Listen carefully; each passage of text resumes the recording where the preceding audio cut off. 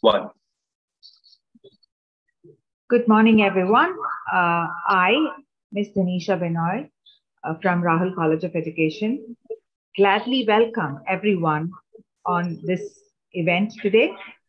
Educational leaders, teachers, curriculum developers, entrepreneurs, research scholars, and everyone else who's always been interested and passionate about education, on behalf of Rahul College of Education, I would like to express my sincere gratitude and welcome you to our first e-symposium, Connect to K22, on trends in education. Moreover, I honorably welcome our chief patron, Professor Dr. Niharika Vora, dignitaries from the management, colleagues, professors, lecturers, researchers, and all the symposium attendees. It's my hope that the first e-symposium, Connect to K22 on trends in education would be able to achieve its objective in providing an effective forum for academicians, researchers, and practitioners to advance knowledge, research, and technology in education. As we navigate to the end of the pandemic, we are rediscovering our nature for resilience, courage, and adaptability. While being confronted by limitations in our personal, professional, and technological capabilities, in the new normal, we are also revisiting old and new conversations, adding more value and covering long overdue issues and turning them into action. On the positive note, barriers that seemed insurmountable becomes much more easier to break down today. More importantly, as the world becomes smaller due to the shift to virtual connectivity, more opportunities are evolving to foster collaboration across disciplines and reach four corners of the globe. Facilitators now have more tools to become change makers within the academic greens, professional greens, and initiate engaging and collaborating practices and create positive experiences. In this spirit today, we are contributing our contributions toward addressing overarching issues or areas where education has to be focusing on, from theories of visible learning in education to design thinking in education and practices that embrace sustainability to its best. Now, we would go ahead with lighting our lamp. Let's bow down to seek the blessings of Goddess of knowledge and wisdom and wish that we acquire knowledge to the most.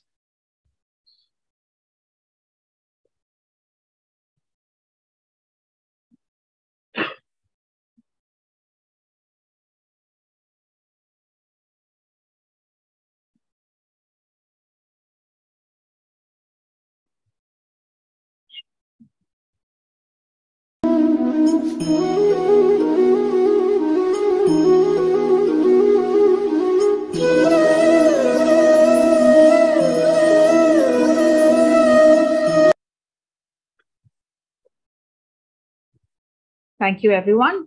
Let me get back to the inaugural ceremony.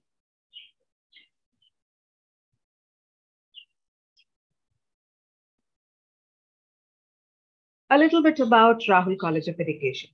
Rahul College of Education have been over 5 registered educational societies, 54 educational institutions spread across Palghar and Thane district of Maharashtra and Chandoli district of Uttar Pradesh. Our first school in Payanda was started in 1992 and has since then been expanded exponentially. We have branched out into different streams from engineering, architecture, design studies, polytechnic, law, degree college, teacher of education colleges, junior colleges under the ACES of schools. And we offer variety of curriculums from CBSE, ICSE, CAIE, IGCSE, and SSE. Our goal is to provide quality education and all-around development to our learners and further our horizons by opening medical, pharmacy, and nursing institutions as a future plan. In the year 2018, we established Knowledge City in the state of Uttar Pradesh to commemorate our 25 years in the field of education and fulfilling a lifelong dream of our founder, Sri Ramdhar J. Tiwari, to have thriving educational institution in his hometown of Mahar Kalan, Uttar Pradesh. As of today, we are a family of more than 80,000 learners, staff growing every single day with a commitment to provide each learner with quality education right from day one. We aim to guide the youth of today towards a path of progress through rightful knowledge and dedicated teaching. About Rahul College of Education. The goal of teacher education is to develop teachers into encouraging, supportive human facilitators in teaching learning situations, to establish learners to discover their talent and all their potentials in all areas, be it physical and intellectual, to the fullest, and make them part of a very responsible human society where we become reasonable citizens. Quality imperative is dynamic concept that always adapts to our institution. We've always thought beyond the box, try to reach out to different things all the time, try to set our goals and boundaries towards competency, and try to get in as much as international experience forums as possible. And we've always kept our culture, the richness and diversity of Indian culture in terms of language, very close to our heart. To ensure a sustainable future, the task is to create educational system that balances local, national, and global objectives. Rahul College of Education is a top-notch institution and is founded of a strong philosophy with specific aims and objectives that support achievement of its vision and mission. We also have a whole ream of academic and extracurricular activities as part of the teacher preparation curriculum. Together, these activities gives potential teacher a well-rounded exposure that aims in their overall growth at Rahul College of Education. Every endeavor is made to make and provide high quality teacher preparation. Moving ahead. So what's our vision and what's our mission? Our vision is to prepare dynamic teachers who can lead in the integration of teaching and learning advancement and provide pedagogical, exemplary, sustainable, and multidisciplinary educational and related services to the society. To achieve our vision, we have created two missions to ourselves: to provide experience-based, multidisciplinary, and research-based learning for multifaceted development, to foster new pedagogical, innovative technology and integration with educational institutes for holistic development so the teacher pupil can contribute to the global society. Talking about our very, very beloved founder chairman, he is the pioneer in setting up this whole ream of institutes. To talk a little bit more about him, in his 30 years of being an educator and an ardent supporter and contributor to the field of education, he has realized that good education is the only path to success. And truly well, we all know that through our own experiences. And he's stuck to it for all this time. He's always thought about quality academic knowledge and all-round development at Rahul Education. His aim has always been about creating better citizens for the world. He's always welcomed everybody into the institution. Going ahead, we'll talk about the president of the organization, Srimati K.L. Tiwari. They have been here in the industry for about 3 decades. Obviously, the vision is greatly bounded by quality education and learning across the country, both in academic, moral, extracurricular knowledge, and strong and transformative belief system. Introducing to you furthermore of the management members, the secretary, Mr. Rahul L. Tiwari. Again, industry bound by so much of emphasis given to flexibility and higher education, accommodation of changes that has been happening over the period of time, and transforming academic codes depending on the need of the world and the country has always been the prime motto of Mr. Rahul L. Tiwari. Very sweetly guiding us around has been our Joint Secretary, Mrs. K.L. Tiwari.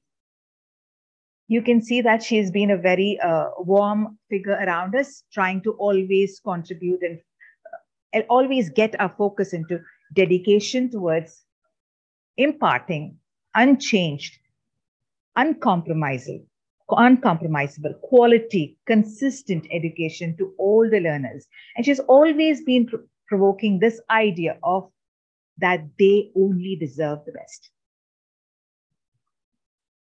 Coming to our very junior member in the management team, but very passionate, very outgoing thinker and an actor, to say anything new in the world is something that our Chief Operating Officer, Mr. Utsav Tiwari, would love to test and try. He's very, very passionate about education and very, very passionate about research, very, very passionate about pushing boundaries. And you can rightly see from his description that he's always thought about educationalists should build the capacities of the spirit of inquiry, creativity, entrepreneurial, and moral leadership among students and before their role model. As rightly said by Dr. APJ Abdul Kalam, he's always gone on to that statement, onto that phrase over and over again. And we have always been guided by him on those similar lines. His words are, teachers must understand what they are, that they are the builders of the society, right, obviously. And students are to be proficient in their subjects. And to make that happen, both of them have to be aggressively involved into professional development. So all the chances that we get as teachers need to be taken care of. And all the chances that our students get has to be taken care of. That means professional development can help teachers learn to cooperate, innovate, and reflect. And the initiative that you're seeing today is also the outcome of the belief that we should spread out our wings, try to figure out, try to reach out as many educators as possible. The only way to become a successful and excellent educationalist is to learn, unlearn, and relearn.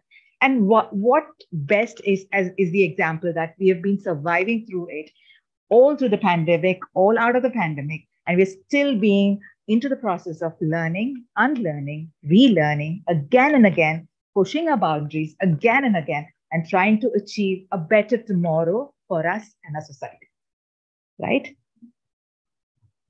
Let me go ahead to introduce you to the principal of our college, Ms. Sanjana Mishra. She's always been a driving force, always motivating, always stressing on time management, always taking our stress away, buffering our zones, trying to help us build our skills. And she has always been there to guide our students, trying to get them to become the best versions of themselves. She's always been the motivator and guiding light to push talent, to push ambition, to help people grow, prosper. And the goal ultimately is to always contribute to the bigger society and become more responsible and reasonable individuals in the society. So this is our principal, Ms. Sanjana Mishra. Briefly talking to you about the lineup of people who have been tirelessly working to get this happening today. The conference convener, Ms. Danisha Binod, myself. We have a good lineup of organizing committee members, Mrs. Alka Jain, who will be involving around inclusivity in education, digital transformation in education, Mr. Pradeep Shukla, theories to practice, transmitting knowledge into fostering skills, design thinking in education, and Ms. Sarita Vishwakarma, theory of visible learning, driving metacognition. Our partners for the event. Orange Slates is our knowledge partner. SAR is our publication partner. Oxford University Press is our international educational partner. Univariety is our career guidance partner for the event today. The themes that we are going to touch on today begins from theory of visible learning to inclusivity in education, social integration, ability integration, and gender integration, theories to practice, driving metacognition, digital transformation, and design thinking in education. Our panel of very, very talented resource person, Mrs. Archana Sharma, founder partner of Cape Dean Ed Psych Consultancy, Mrs. Kavita Sanghvi, principal of Chaturbhuj Nursing Memorial School. Ms. Vasundhara Kaul, founding partner of KPDM Educational Psych Consultancy. Mr. Matthew Davidson from Oxford Press. Ms. Nivedita Bose from Cambridge International. Ms. Sara Kakinen from 3D Bear. Ms. Roshali Seth from Orange Slates. Ms. Gunjan Pandya from Orange Slates. And Ms. Tanya Valecha from Rustomjee Cambridge International Group of Schools.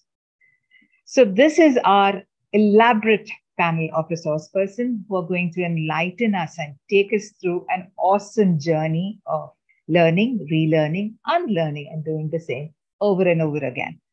All right. Now I would request my IC principal, Ms. Sanjana ma'am, to present the principal's report.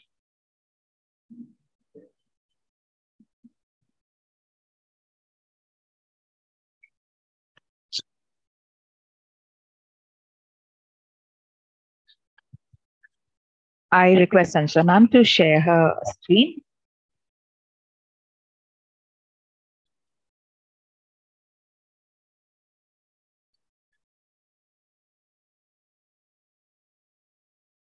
Good morning to the dignitaries, Chief Patron, and all my dear colleague and staff member. On behalf of Rahul College of Education, it's take a great pleasure in presenting the annual report of Rahul College of Education, documenting its development, achievements for the academic year 21-22. RCOE focuses on success, creativity, research, and learning. And college has been established in the year 2006 to promote our teacher education program, which is located in Bhinder. Awarded more than 1,400 students with a degree, with the academic achievement in the curriculum with international perspectives, active classroom engagement in blended move, technology-driven pedagogy focuses on experiential learning. Students have largely participated in the Inter-Colleges Fest, Thakur College with the poster making competition, inauguration of our very first batch with our Honorable Chairman, Sri Lalan R. Tiwari ji. We have started and implementing the curriculum with the multidisciplinary approach with the SSC curriculum training session conducted by Ms. Bharti Salian, IGCSE curriculum training conducted by Chaitali Mehta.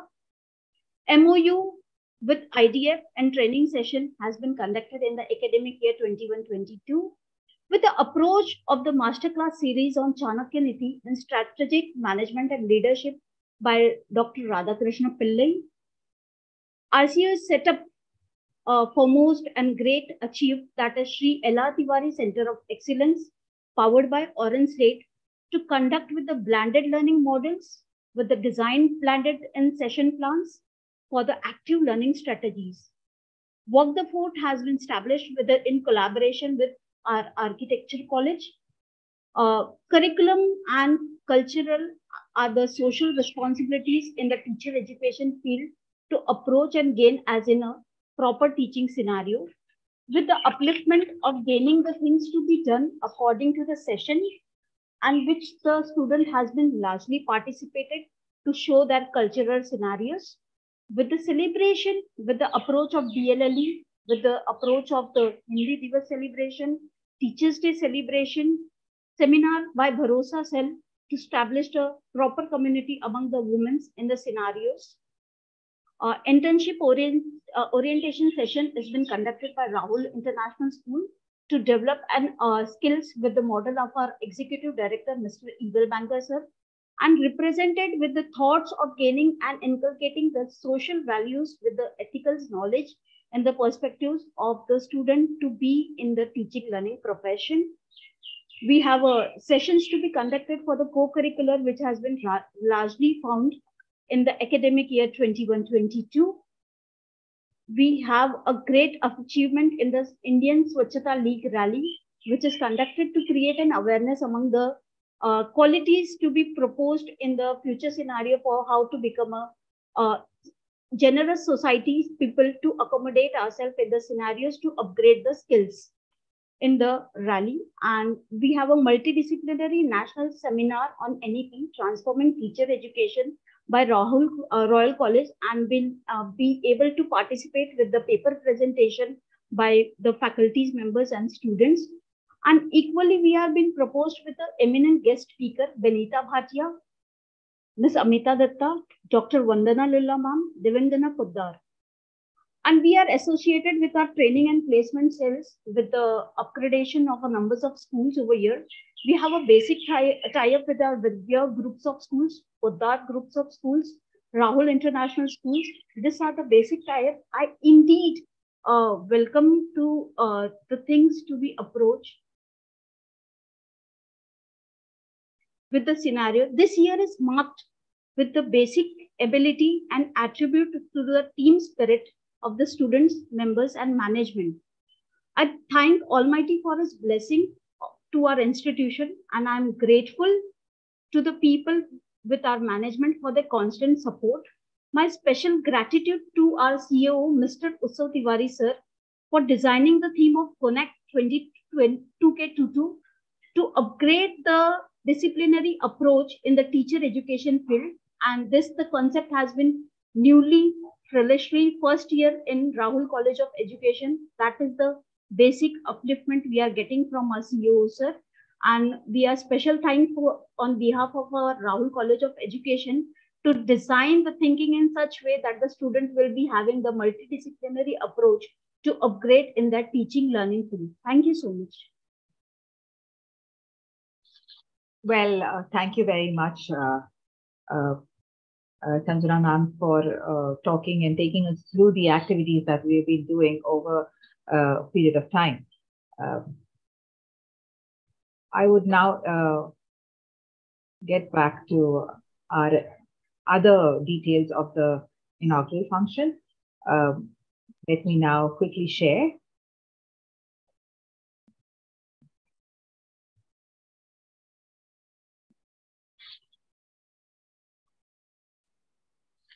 The star of the day, the chief patron of our event, Professor Dr. Niharika Vora. Ma'am is the Vice Chancellor of Delhi Skills University and a professor at IIM Ahmedabad. It's an honor and pleasure. Words cannot describe how do we feel about having you on board today for this event that we're really tirelessly working hard on. Ma'am, I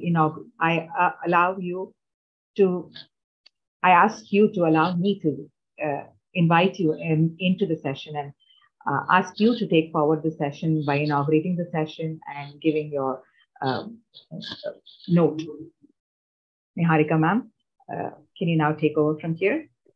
Yes, thank you. Can you please allow me to share my screen? Yes, ma'am. Yes, ma'am. Right here. Great.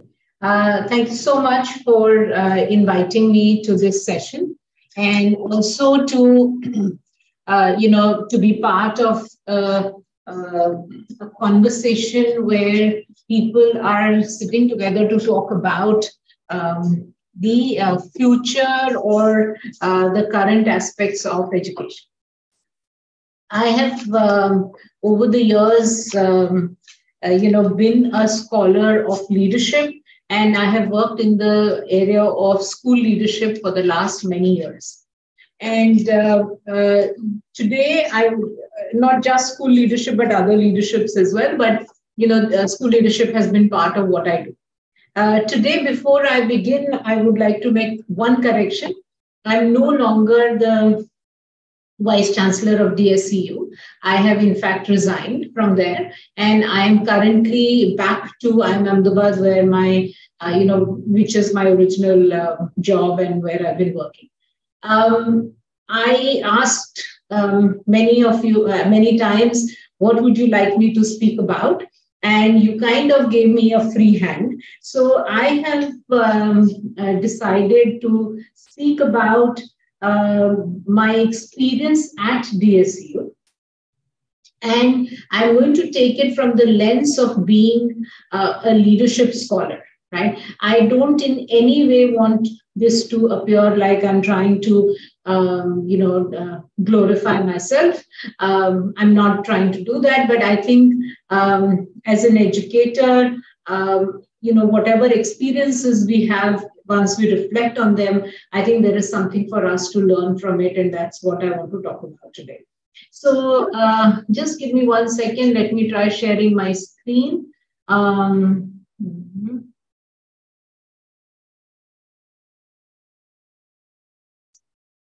Okay, just is it working? Just 1 second. Huh? I think if the file is in a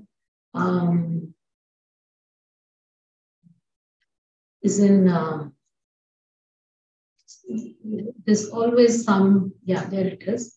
Let me share this. Can you see my screen? Yes.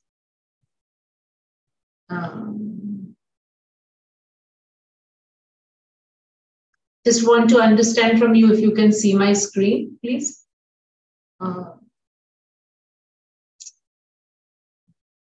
Yes, ma'am, we can see it. Yeah, and I want to do a slideshow. So just for some context building, DSCU, the Delhi Skill and Entrepreneurship University, was actually set up as a grant-in-aid state university of Delhi in August 14th, 2020. So this is merely 2 years ago. And a small team was set up. There was a temporary registrar who was done. There was a board of management that was set up. And I was appointed as the VC, and there were 2 account functionaries that were given to me. And from a very small office that was finally set up on 15 November 2020, we were also transferred a number of existing polytechnics, almost 3 or 4, between 4 to 6 months of my joining the university. And then, of course, in July, we launched 12 new skill-based undergraduate programs, in addition to the diploma programs that were being offered.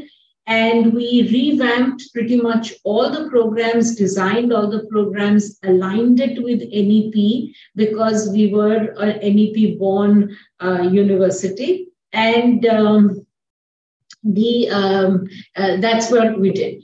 In the 2 years that I was there, I was exactly there for 2 years. We designed, we started from the design of the logo, arriving at the mission and the vision, assimilation of the 15 campuses that were given to it, setting up the IT infrastructure, which itself, what I've learned, is not an easy thing. If I want to give uninterrupted Wi-Fi experience to all the students, even when you have the money, it's not an easy thing to do.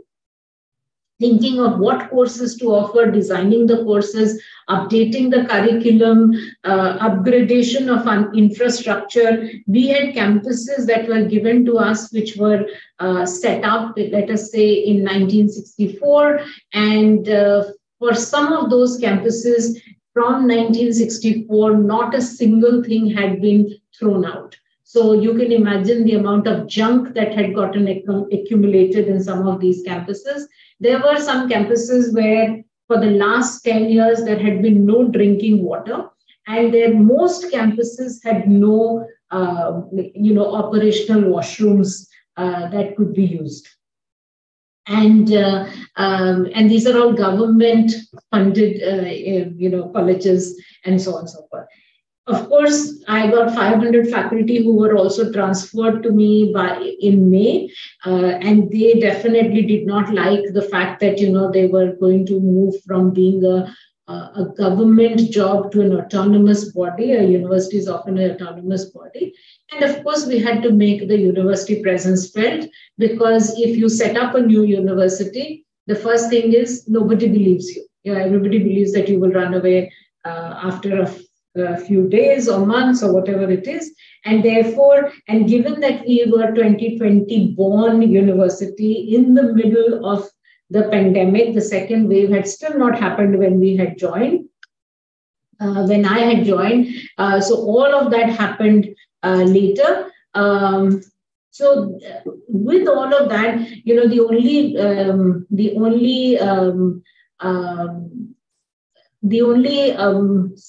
what should I say? The only option that was left to us was go to social media. And therefore, you know, over the last 2 years, we did more than 800 posts for the university. One every day was my goal. The minimum one every day was my goal for my team. And I think in the first 2 years of its inception, the university has done fairly well. And just to give you a sense of how all of this was happening. So this is how we were spread out. We were in Delhi, 19 campuses. This is where the head office was. Everything else was here. Many of them were existing campuses. Many of them were new campuses with no bijli pani, furniture or anything in them. We had already diploma courses that we were running. So those courses we continued. And these are for the students who come out of class 10. Yeah, there is a common admission test that happens through which they come in. Then we decided that if we were a skill university, we could not just go ahead and do some courses on in political science, history, and so on and so forth. And on the side, have some vocational element to the course. We had to really rethink the entire thing. So we went to the industry to find out where there was a hurt in talent, where there were people, where the industry was really looking for people. And these were some of the courses that we started. And some of these, as you can see, are first-time courses in the country. There is no course on facilities and hygiene management in the country. There was no course on business process management. There is no course on digital media and design at that point of time. Many universities since then have taken our curriculum and started. As they say, imitation is the best form of flattery. Happy that that has happened. But all I'm trying to say is that we had a number of things that we started to,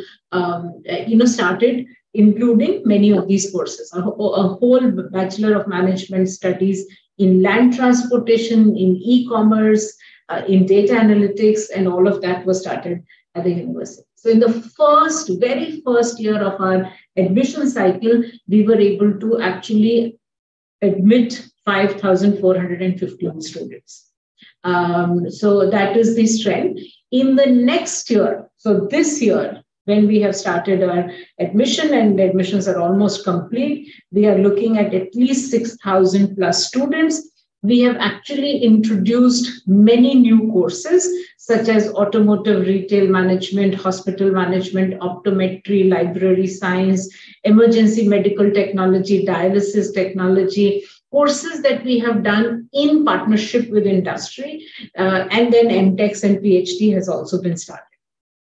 Some of the design principles for our courses at DSU included that the student must have in-depth subject knowledge. They should have hands-on experience. The course has to be industry integrated. There has to be a significant element of face the world skills, which includes leadership, negotiation, emotional intelligence, problem solving, creativity, and all of that. Every student must learn citizenship skills, from knowing the constitution to environmental awareness to community projects to knowing how to engage with each other. All courses had to be continuously revised. We could not have a situation where something was designed today and then, 10 years later, we are teaching something that doesn't exist. And the whole idea was that the students have to be future ready. Not ready for us, but ready for the future. So what we did was we closely partnered with industry. Yeah. And when we say we closely partnered with industry, it was not just about signing MOUs with industry, but we got industry to give scholarships, to participate in placements, set up infrastructure, early industry exposure for students, make sure that they go to the industry. And the most important thing, our curriculum design committees were 50% academics and 50% industry. So we had 4,000 plus hours that were invested by in industry and academic experts. There were CAGs that were formed, and the CAGs, the CAG, which comprised of industry and academia, did everything to make sure that what we were offering was going to be relevant to the industry. And the industry could not just give us some kind of advice, but they had to come back and teach in the program. They had to absorb students. They had to come and design experiences for students to actually understand what the industry needed. In the 2 years that I was there, we signed 65 plus MOUs with the best of the organizations, and we set up 18 curriculum review committees, 6 PDREs, 6 program development review experts were hired just to look at the diploma curriculum, and we had more than 500 teaching staff. So, for example, we had to set up huge faculty development programs. So 335 plus of our faculty, joined learned how to do online teaching, to developing effective classroom assessment, to understanding the Face the World curriculum, to participate in accelerated learning.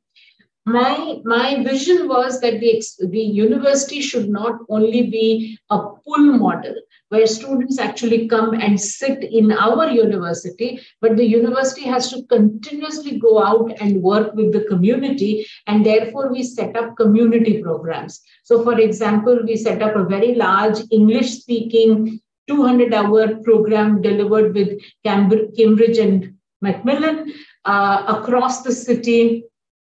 We set up with an NGO in Pune something called Lighthouses to run livelihood programs for urban disadvantaged youth. We started working with the construction workers on construction sites, and we started working with the jail inmates to be able to skill them.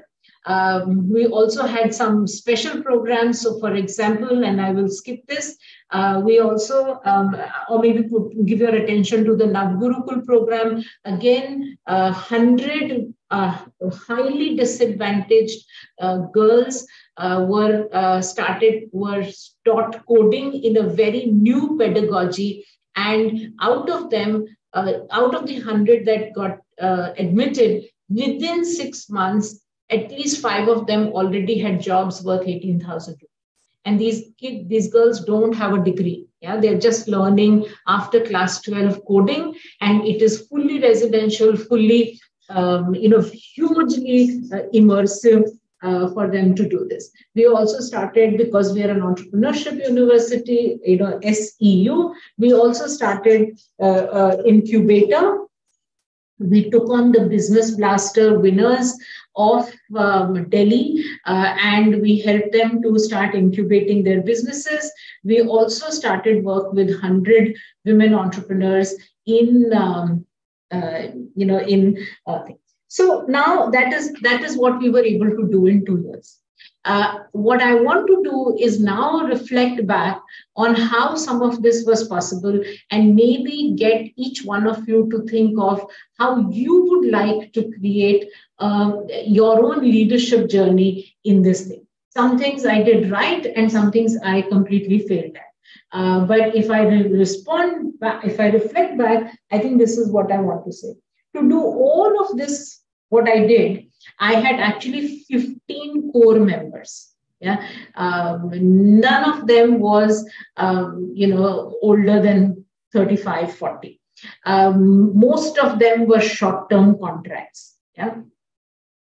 or three were kind of given to me from the government when I just joined. They were just fellows. And then from those three, we hired another three to another three to another three. So at the end of the day, I had 15. And I had a PMU, which is a project management unit, which brought me 10 people to the table and also helped. So I, in fact, had maybe a direct of 15 and a 10 very highly qualified, highly driven people who were also working with me, 24/7 to get this all done and done. So there were 25 really people working on this. And of course, if you think back for the amount of hours and the time and the things that we were able to do in just 2 years, in a system which is hugely constrained, I think these 25 people extraordinarily performed in the 2 years. And not all of them came on the first day and were there until with me for the 2 years. Many of them came and went. Many of them, came and stayed, and many of them came much later in the journey.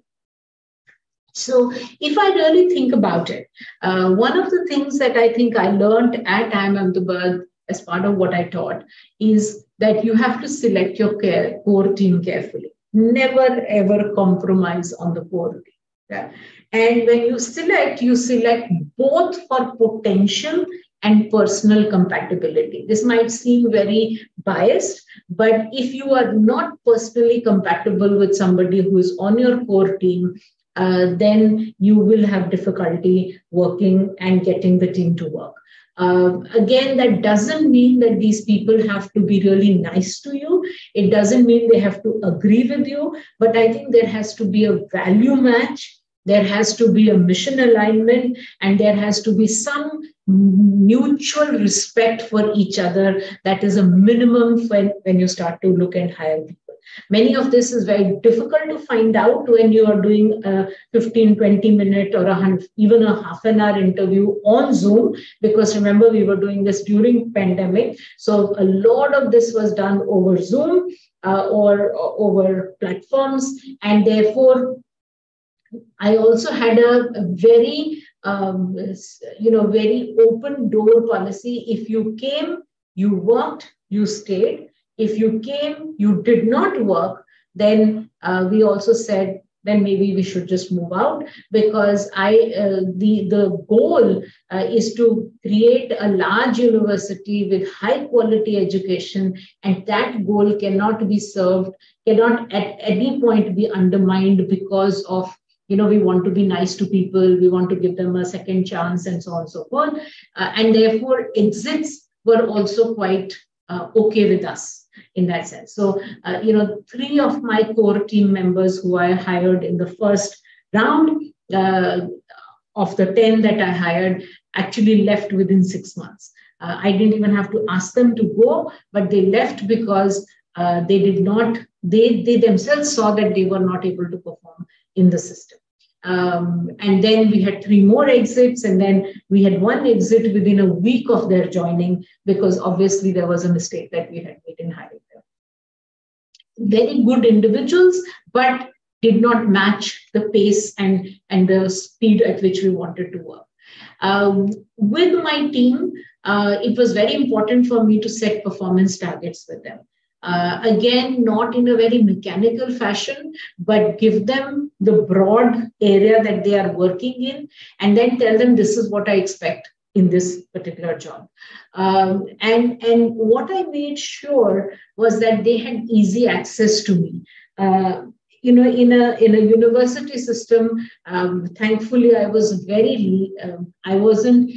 fully immersed in the university system, and therefore I did not know that the vice chancellor is supposed to have a great distance from everybody in the system.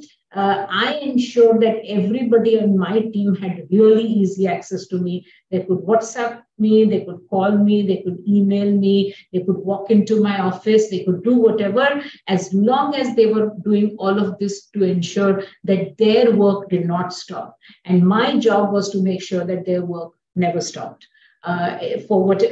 because I was not available.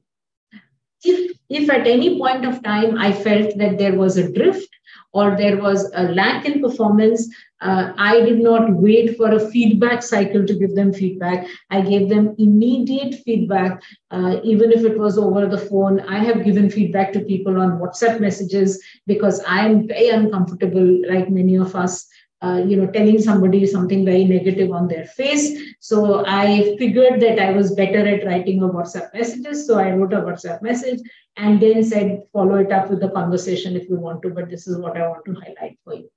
I also realized that, outside my office, these 15 members did not always get along with each other. They had their own dynamics that was there.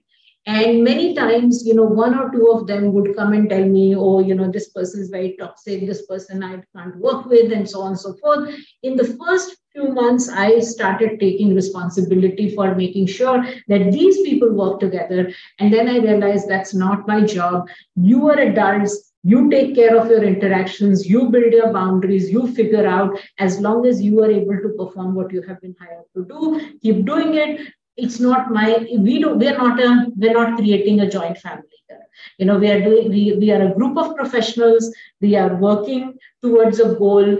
If we are nice and civil to each other, that is very good. That is a must.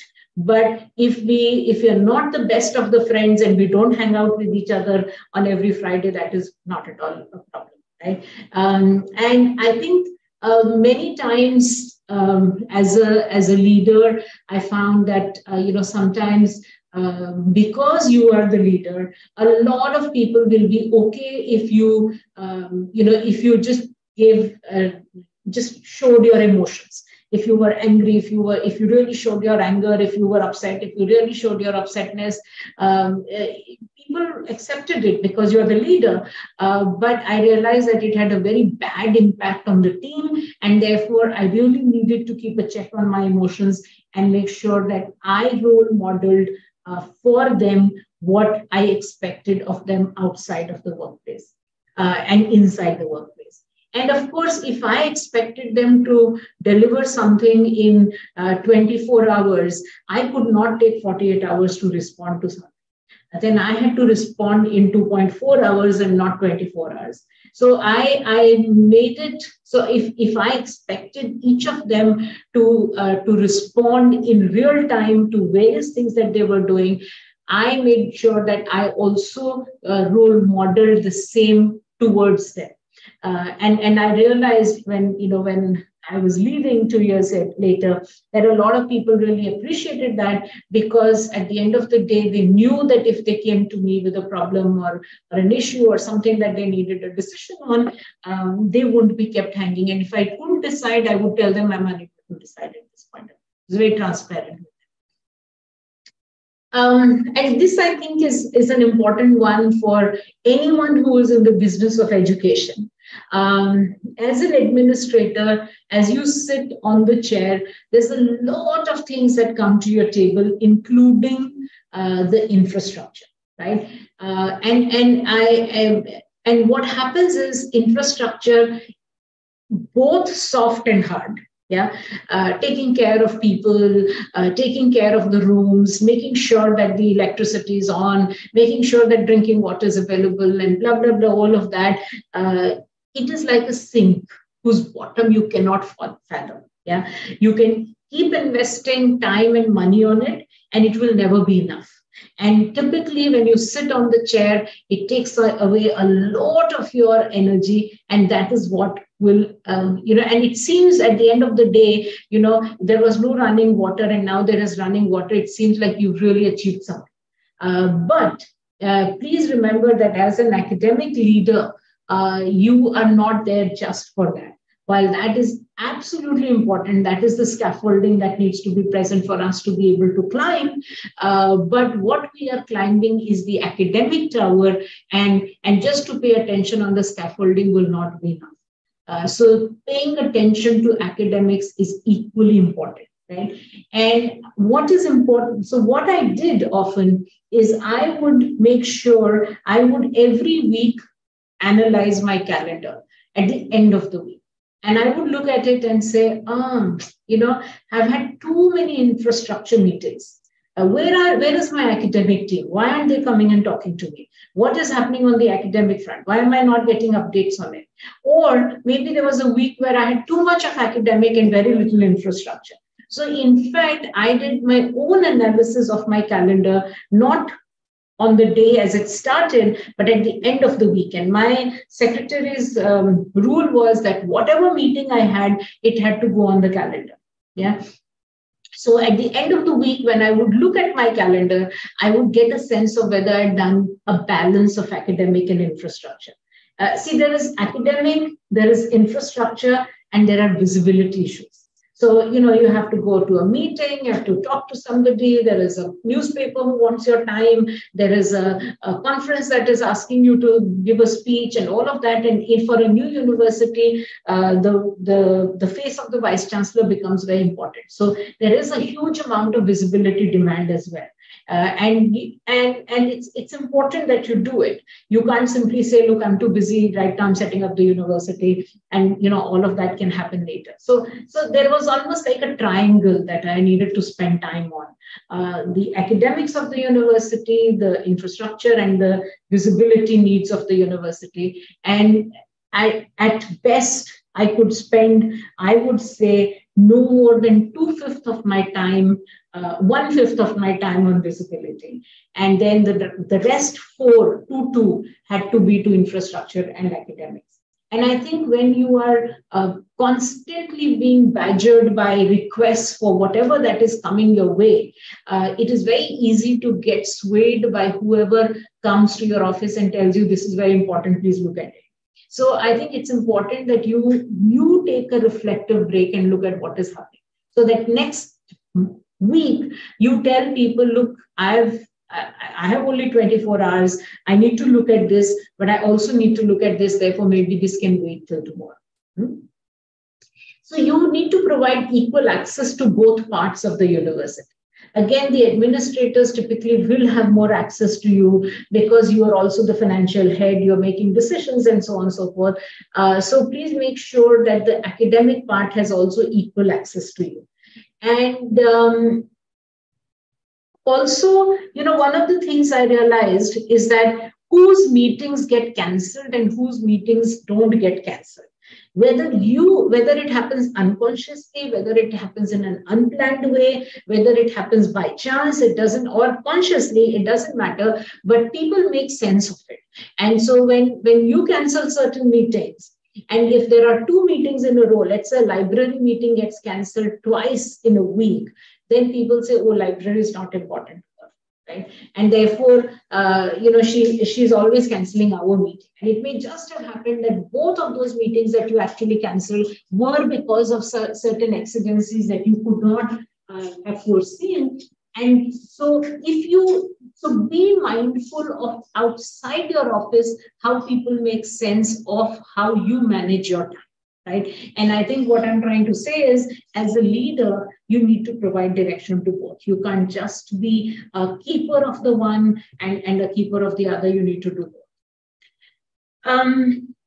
Because I'm a behavioral scientist and because I've been a leadership scholar, I think I will speak more about, and I have 2 more slides. I'm not going to take too long. I want you to just look at a couple more things that I think are important. And that is, as a leader, you really have to listen. If you can't listen, if you can't absorb, if you can't listen, then you will not be able to understand what's happening around you.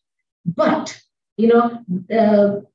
when you listen, do not absorb everything, because a lot of things that are told to you are not necessarily to be reacted to.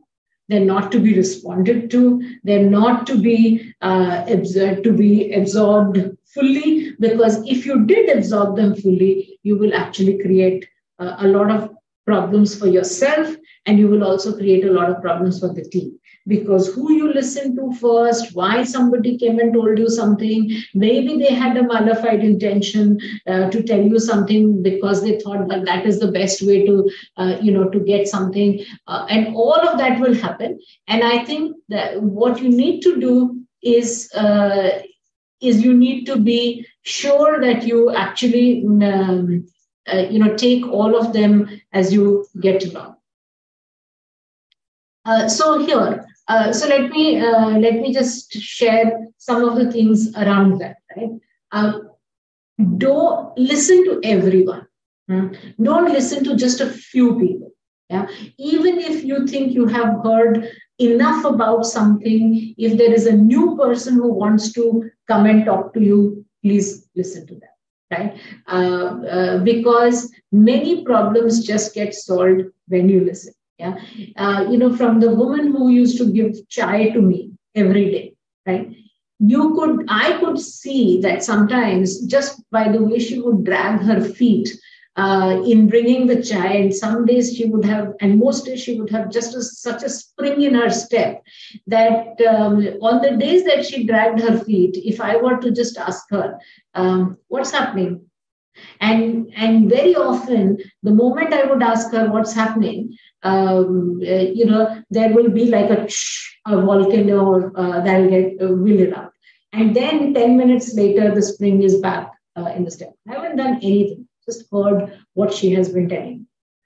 A lot of people will try to be overly obsequious to you. Yeah. Ma'am, you're so good, prof, this, that, blah, blah, all of that. And it can be very, very, it can be very, you can really get sucked into it. Yeah, you might start believing that you are worth all the respect that you are getting from this. I think it's very important to discourage without being any obsequiousness, without being disrespectful. We are professionals, no matter, whether what position I hold or what position you hold, you might be the lowest in the rung or you might be the highest in the rung, it doesn't matter. You don't need to be overly obsequious to me. Ma'am, no. Just talk, let's be respectful, but not necessarily obsequious. And I think if you don't stop it in time, other people in the team think that is the way to be. They also need to be obsequious. And then there's a culture of buttering that starts to happen in the team. Right? A lot of people will come to your office. Yeah, even my best of the professionals that I had who worked for a long time with me would actually come and say, your wish is our command. Never, ever fall for it. Because what that means is that you are the only one who's going to do all the thinking. You are the only one who's going to come to all the decisions. And you are the one who's going to order and tell people what to do. And that never works. That never works. Because honestly, you don't know everything. Honestly, you really, a lot of things that you wish for might be really wacky, might be really not serving the purpose. And therefore, yes, when we were, for example, designing our logo, right, I was very clear that we wanted a certain kind of a logo. We wanted something that had energy, which did not have boundaries, which seemed modern, which was which was contemporary, which did not have shields and swords in it, and so on and so forth, which is what a lot of university logos have, and books in it, and so on and so forth. So I told a number of things, but at the end of the day, it's not like you design it just because I'm telling you all of this. Please, we need to think through it. We need to decide whether that really works or not, and all of that. That's something that you need to look at. Right? So please never fall for this whole idea of your wish is our command. Of course, you are the leader. Yeah, of course, you have a certain vision. You have a certain way of thinking about things, and that is why you're sitting there. So share that with people. Don't make it a mystery. Oh, I don't know. I have no thought. I want to listen to you, and so on and so forth. But ask people what they think and if it sits right with them. Just because you think it is not right, just because you think it is not wrong, I think what you think and how you get other people to work with it is the most important. And I think if people see that you have a reasoned conversation about what you think or what they think, then over time, they are happier to share with you what they are thinking about the issue. But if you stop them at the time after asking a question, what do you think? And whatever they think, you say, okay, fine, but this is how we will do it because I think of it this way. Then, of course, you will never be actually able to do well. The next thing that I want to talk about is that you have to have a consistent decision criteria, right? So, for example, at the university, my decision criteria was, is it going to be good for the student? Yeah. And it could be anything, right? It could be anything. It could be procurement of a lab. It could be hiring of a teacher. It could be firing a particular employee. It could be about making a very, very, taking a very irritating call or whatever it might be. At the end of the day, I would run it past in my head saying, is it good for the student? Is it going to be good for the student? Yeah. And if my answer was yes, I would decide in a certain way. And if my answer was no, no matter how attractive it looked at this point of time, I would say, sorry, we can't do it. And that, I think, became a certain way in which now my second line and the third line also started thinking, because I use that as my criteria. I made it visible to everybody that this was my criteria. And this is how I thought about it. And as a result, it was easy for me to use because then I had no confusion. Every time I was confused, and there were many times I was confused about the decision, I would just sit and say, how would this pan out for a student? And if the answer was one way or the other, I would actually take it in that way. And so what it also did was, let's say my finance officer had to make a decision about saying no to something or saying yes to something. He could also use the same criteria and say, by saying no, is this going to be good for the student in the long run? Yeah, of course, it is not about the short run. Many of our decisions were never in the short run, but we had to look at that. And the last thing I would say is that there are certain decisions that have to be made by different members of the team. Never, ever try to make that decision for them, right? Do not take over the decision making for them, no matter how much they push it, how much they will ask you to make that decision. But if they are supposed to make the decision, then let them make it. So, for example, I had a team member who had 3 other team members, and she had found them. She was looking at their performance, and at some point she wanted to fire one of them because he wasn't working. So she asked me, what would you do if you were there? I said, what would you? I don't know what I would. What would you do? And her whole thing was, this is a HR decision. Why don't you take it for me? I said, it's your decision. You hired them. You are looking at their performance. You decide whether you want to keep them or not. I will support you in whatever decision you take. If you want to keep them, I will support you. If you want to fire them, I will support you. But the decision has to be yours. And most people don't like to take such decisions. And so they will come and, pester you to say, no, ma'am, you tell us how to do this. What would you do? And so on and so forth. Please resist any such decision making because even though you might have a view, don't say it. Because the moment you say it, it will be the next time and the next time, and finally you will be making all the decisions. And people then later will start complaining, we have no empowerment. She takes all the decisions.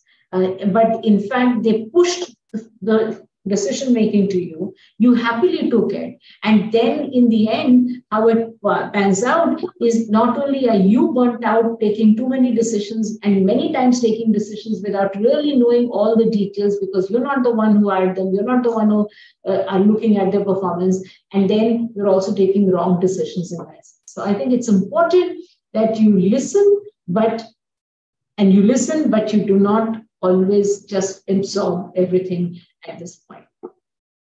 Okay. Oops.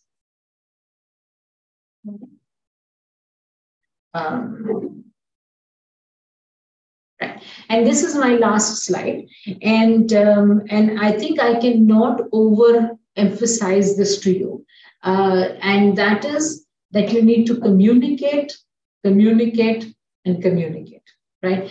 There is no substitute for communication for a leader.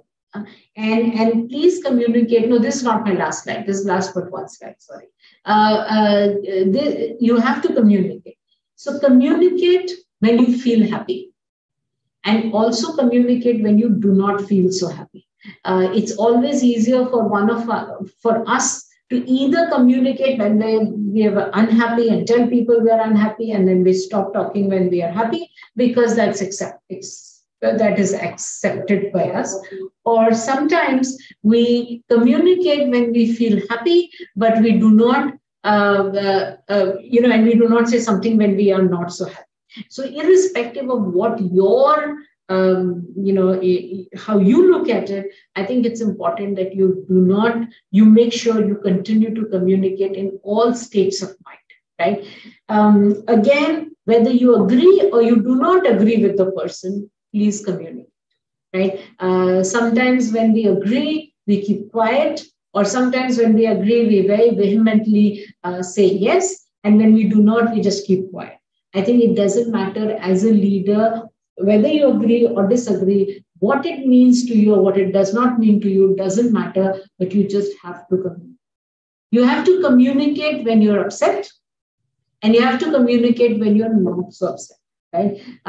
It doesn't matter. Don't shout at people when they're upset. And then, when you're neutral, you just keep quiet. Both ways, communicate. You have to communicate when you want to bring about a change. And people will resist the change, there is no doubt about it. And when people resist an idea that you are floating, it's very damaging to self-esteem. And as a leader, you almost get into this sense of self-righteousness. How dare you resist it? And therefore, I'm just going to do what I need to do, and therefore just do what you need. Just do it. I think that itself is a mistake. Please communicate even when people begin to resist it. They are just saying, talk to us. There are times when you just want to shut up for whatever reason. Communicate at that time as well. And communicate when you do not know what to say.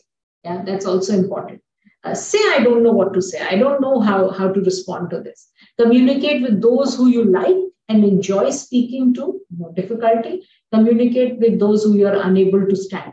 Obviously, in a team, you will have people who, for some reason or the other, you are unable to stand. Make sure you put a little more effort and you communicate with them. There are going to be times when you make a mistake. Tell people that you made a mistake. And you also need to tell people when the other person makes a mistake.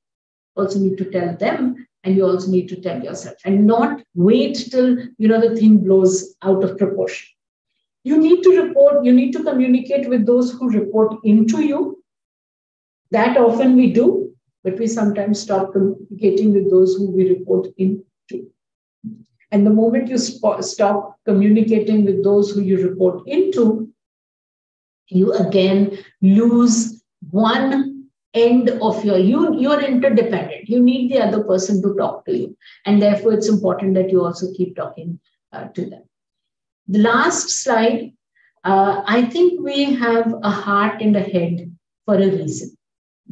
There is a part of our brain which feels, and there is a part of our brain which is rational.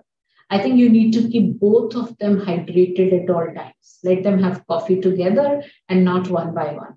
So always pay attention to how you're feeling, because feelings are data. Facts are friendly. Before making a decision, please listen to what the data is saying. Yeah. Feelings of others are also as important. You can't simply say, because I'm the leader or because you signed up for this, however you feel doesn't matter to me. You have to pay attention to that. And then you need to decide based on what you feel and what you think. It's not easy all the time. It's either we do a lot of rational decision making and we don't want to pay attention to how we are feeling, or we pay a lot of attention to feeling rather than the rational part of ours. And I think if we can keep our head and heart both hydrated at all times, then we will be balanced and we will be able to do what needs to be done, irrespective of how large the task is or how small the task is. Thank you, is where I will stop.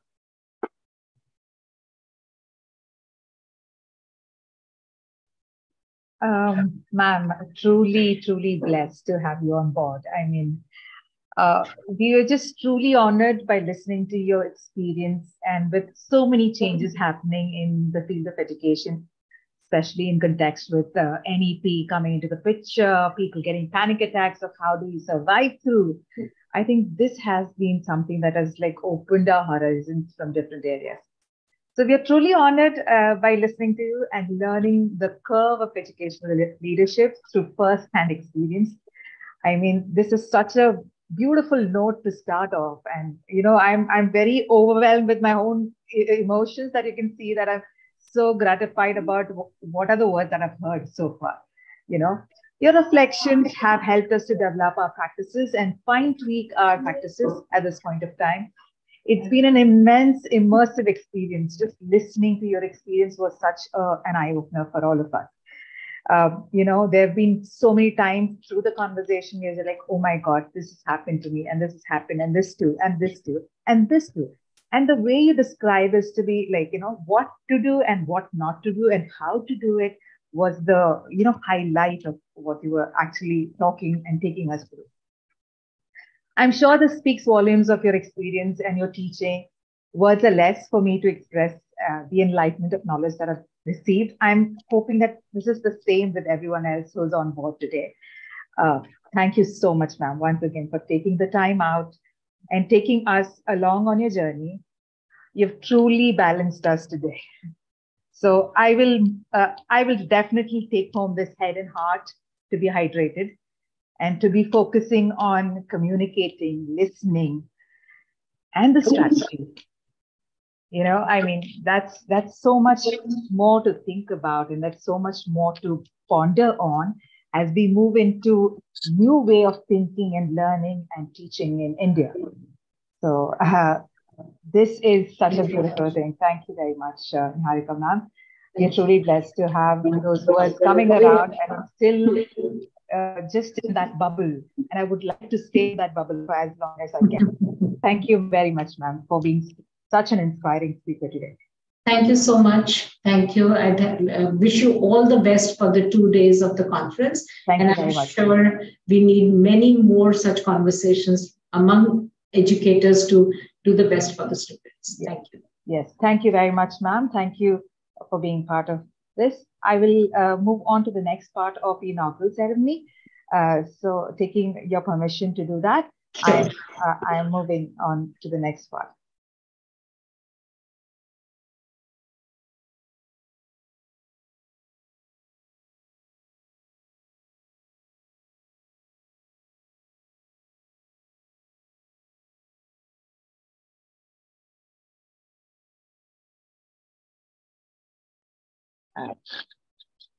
Is everybody here? All right. Okay. So, just culminating from where we are moving ahead from here, words definitely cannot describe how fruitful and how elaborate the experience sharing was. And, as truly to what Professor Dr. Niharika Vora has mentioned right now, we need more forums like this. We need more conversations. We need more discussions to happen. We need sharing of experiences to happen. And hopefully these 2 days of the symposium is going to be all about those, your experience is my learning and my experience might be your learning. So, rightly said by anybody who's into this field, and by sharing experiences, we're learning every single day. And to keep that motto alive of learning, relearning, undoing, doing, back again, back forth, this is how we build on our skills, right? Okay, so moving ahead a little bit from here, from our keynote speaker. What a beautiful way to start our, conference. The symposium has truly been, blessed to have such wonderful speakers who have come on board to share their experiences. Let's move forward to the next bit of it.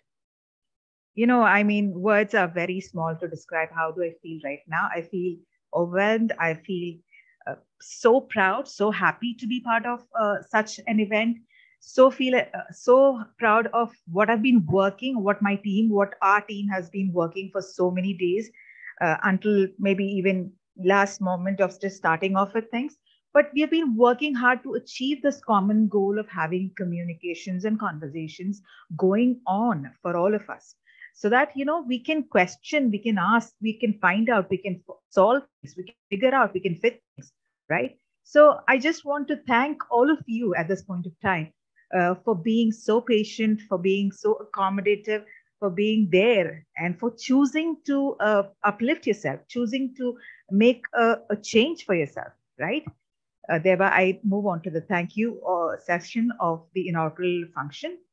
I would like to express my deepest gratitude to the management, the organizing committee, my teammates, my principal in charge, participating institutions, partners, guests, and dignitaries who directly or indirectly supported us through the inaugural ceremony, through all the processes.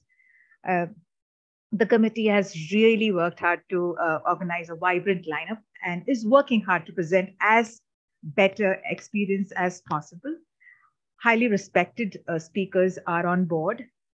Although we try our best professionally, on behalf of Rahul College, if there's any kind of, discrepancies here and there, a little bit of errors here and there, please accept a sincere apologies for any kind of inconvenience that you've faced. I wish you all a very productive symposium, 2 days of beautiful learning experiences with exciting and encouraging discussions, exchange of knowledge, so that all of us can fill our buckets full, right? We can anticipate a future of groundbreaking knowledge, research, technology, collaborations towards education. May God bless you all with your health to make this event a successful and enjoyable one. Make the most of it. You will now be led into your different Zoom session rooms, depending on the choices that you have made, and you will be moving forward to your sessions in a couple of minutes. All right. Thank you very much. On behalf of Rahul College, I am Ms. Tanisha Binoy, Assistant Professor at Rahul College of Education.